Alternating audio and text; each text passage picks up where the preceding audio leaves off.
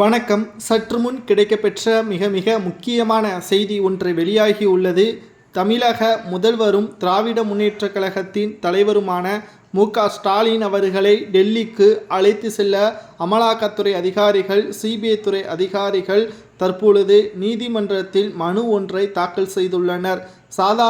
சாமானிய மக்களாக இருந்தால் உடனடியாக கைது நடவடிக்கை விசாரணை மேற்கொள்ளலாம். ஆனால் அமைச்சரோ அல்லது எம்எல்ஏ, எம்பி, முதல்வர் போன்ற உயர் பதவியில் இருக்கக்கூடியவர்களுக்கு நீதிமன்றத்தின் உயர் அனுமதி தேவை.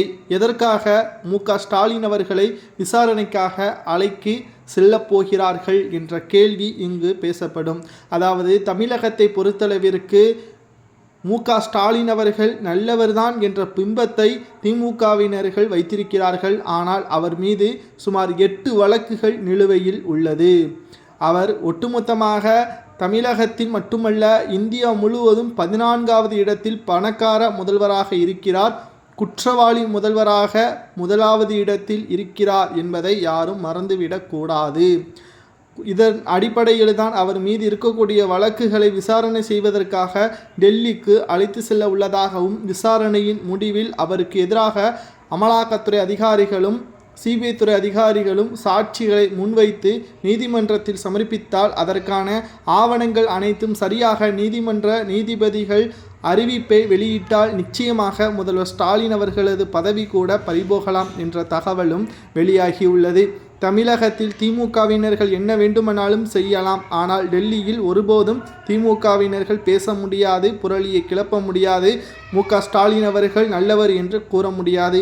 நீதிமன்றத்திற்கு சென்றுவிட்டால், சரியான ஆதாரங்கள் கிடைத்துவிட்டால் நிச்சயம் குற்றவாளிதான் என்பதை ஏற்றுக்கொண்டுதான் ஆக வேண்டும். சரி, இப்பொழுது எப்போ முதல்வர் ஸ்டாலின் அவர்களை டெல்லிக்கு தூக்குவார்கள்? அதாவது இன்னும் 4 நாட்களில் நீதிமன்றத்தில் இருந்து அனுமதி கிடைத்துவிடும். அந்த அனுமதியை வைத்துக்கொண்டு மு.க. ஸ்டாலின் அவர்களிடம் முதலில் விசாரணை நடத்தப்படும். அவருக்கு எதிராக இருக்கக்கூடிய ஆவணத்திற்கு சரியான பதிலை தெரிவித்துவிட்டால் நிச்சயம் அவர் மீண்டும் தமிழகத்தில் கொண்டு வரப்படுவார். இல்லை என்றால் விசாரணையின் அடிப்படையில் நீதிமன்ற காவல் நீட்டிக்கப்பட்டால் செந்தில் பாலாஜி எப்படி சிறையில் அடைக்கப்பட்டாரோ அதேபோல் முதல்வர் ஸ்டாலின் அவர்களும் சிறையில் அடைக்கப்படலாம் என்ற கேள்வி சமூக வலைதளங்களில் வைரலாக பரவி வருகிறது.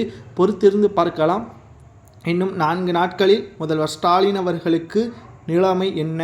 ஏற்கனவே தமிழகத்தில் ஒட்டுமொத்த மக்களையும் கேள்விக்குறியாகக்கூடிய வகையில் 4 ஆண்டுகளது ஆட்சி அமைந்துவிட்டது. மீதம் இருக்கக்கூடிய ஓராண்டுகளையும் முழுமையாக நிறைவேற்றுகிறாரா அல்லது ஆட்சி கலைப்பு நடைபெறுகிறதா?